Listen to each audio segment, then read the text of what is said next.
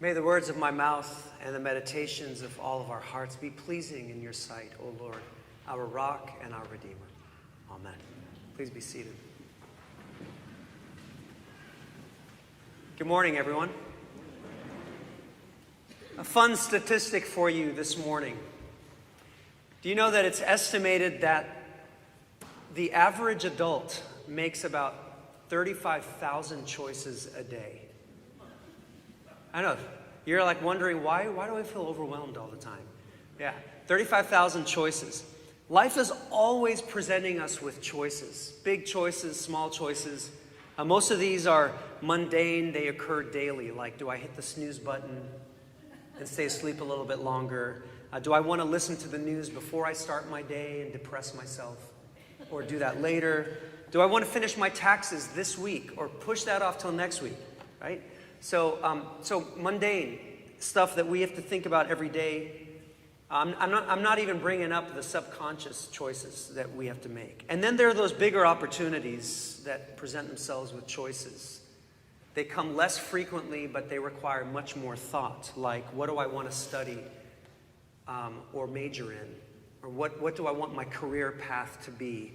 Or do I make that big move and start over in a new place? And then even bigger things like marriage, having children. These are all choices that we make. These opportunities in life, these choices, they come in constantly, big ways, small ways. And somehow, in some mysterious and sacred way, the combination of all of these different choices that you have made as an individual, I'm talking to you as a person right now, just you. The combination of choices you have made has made you who you are today. So, where you ended up, who you've met along the way, what you were exposed to, how you changed, who you've become, all of this is because of choices. Imagine how different your life would be if you had made a different choice at this juncture or that. Have you ever thought about that? Having a choice is one of the hallmarks of what it means to thrive as a human being. So when you take away someone's ability to make their own choice, it feels like you are depriving them of something that is a right.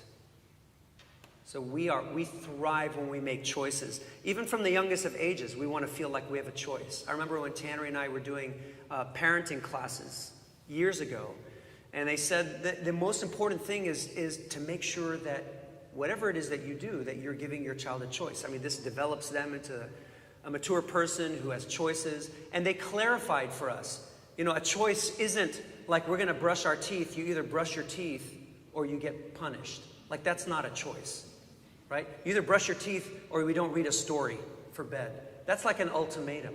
Like a choice, positive parenting, a choice is we're going to brush our teeth now. You can do it yourself, or I can help you do it.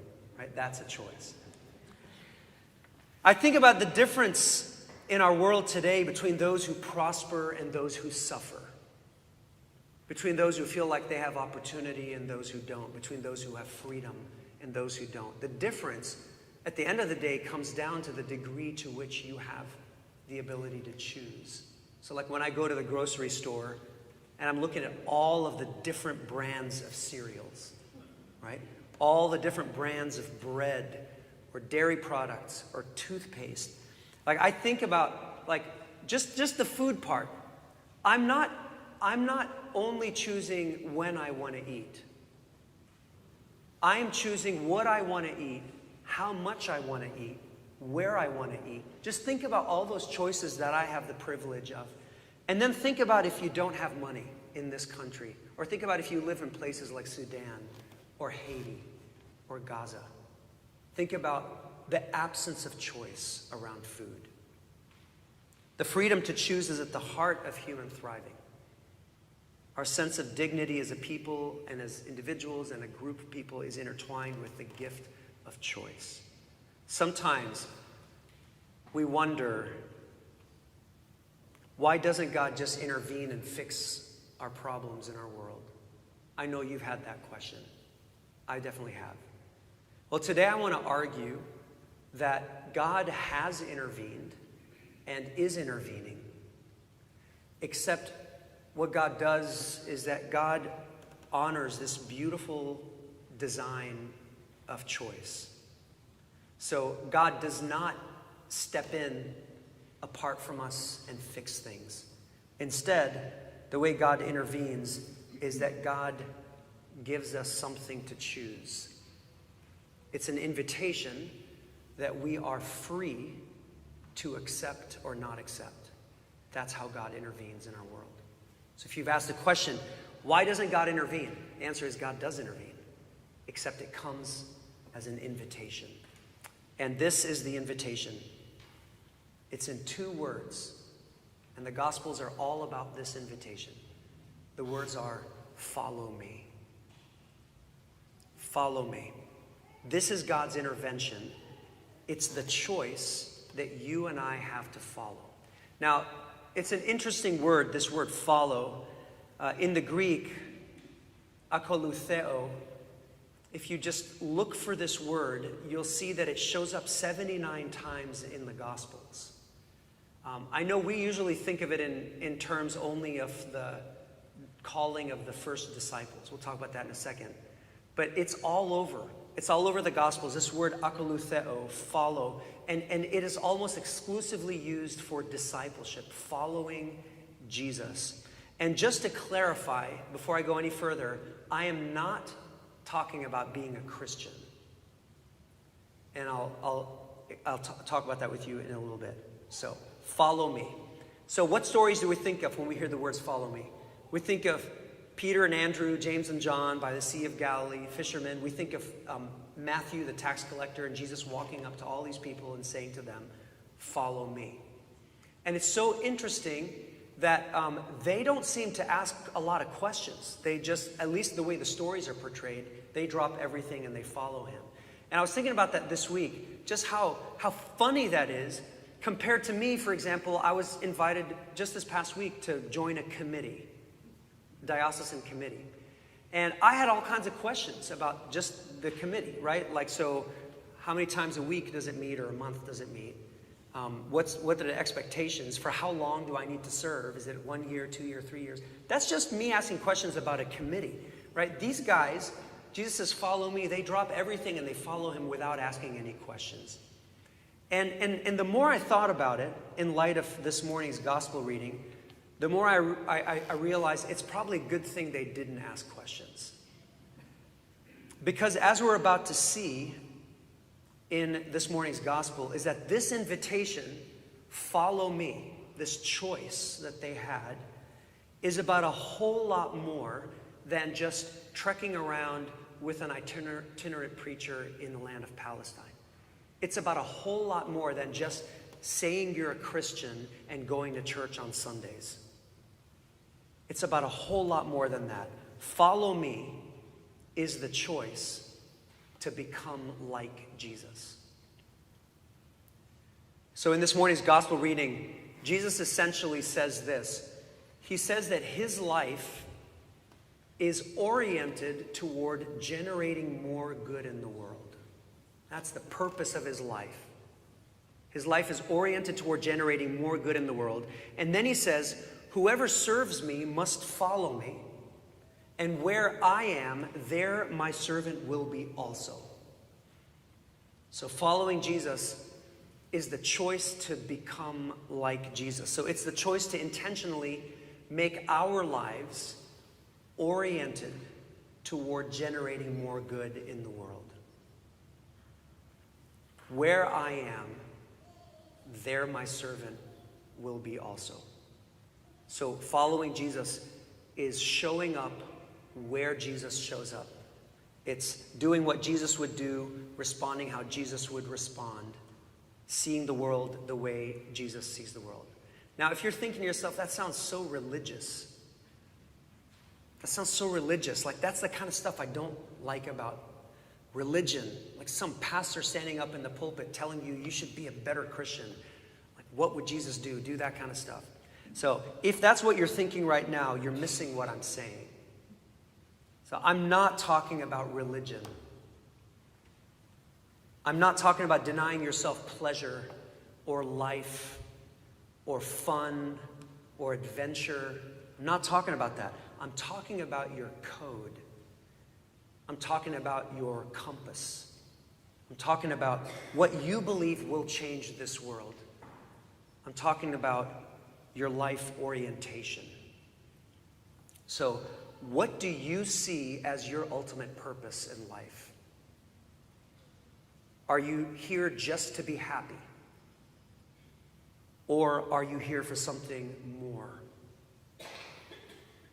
Are you meant for more? So Jesus says that if you just react like everyone else reacts, if you talk about people just like everybody else talks about people, if you love your neighbors and your family, but you hate your enemy, just like everybody else loves those who are close to them and hates their enemy, if you live your life just looking out for your own well-being, just like everybody else lives just to look out for their own well-being, what Jesus is saying is that your world will never change. Your relationships will never transform. You will never change. Follow me, and I will show you a different way. So a story, and then I'll conclude today. So 13 years ago, I was in the car, and this story falls in the category of nothing good happens in a hurry. It's a really good standard for driving, right? So I just did one of these like last minute lane changes and just wasn't paying attention. And I rammed into this guy, and I did significant damage to his car and mine. And so I was getting ready to get out of the car and face like a very angry human being, because we live in DC, and I just know what it's like if you even touch someone's car, right? Let alone something like this. So here I am bracing myself. And the guy gets out of his car. I'm taking deep breaths. I'm just ready to be shamed, you know. And the guy says, it's okay. It happens to all of us. Very calm. He never raised his voice. He never acted like he was, you know, like frustrated with me. He was just very calm. And I resisted the urge, the entire rest of the conversation, I resisted the urge to ask this guy if he was a Christian. I never told him I was a priest, because I don't want that, like, you know, what church do you go to? I'm going to go tell them what kind of driver you are, you know. So I didn't ask this guy what his background was, what his faith background was, but I will tell you that I've tried to emulate his response ever since then. Just this, like, it's okay. It happens to all of us. And it doesn't matter if he's a Christian or not in terms of the label, because his actions are what mattered. And this is what I want to say to you today. It's not about the label. It's about the life. When we talk about following Jesus, it's not about saying you're a Christian. It's about how are you living? Are you orienting your life towards generating more good in the world? So it is your choice, and it's my choice. You have the choice to be kind. You have the choice to forgive. You have the choice to dignify. You have the choice to break the cycle of violence. You have that choice. Personally, you have the choice to love.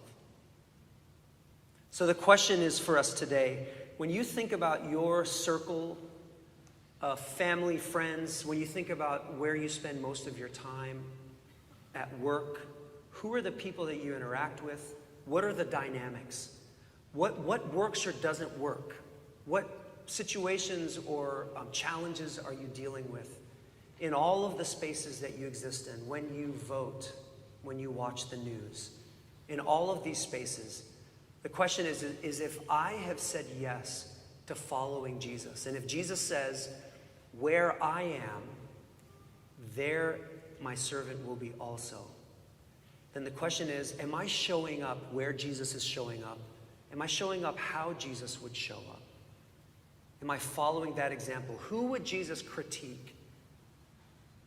Who would Jesus uphold and try to dignify? Where is Jesus? And am I showing up where Jesus is showing up?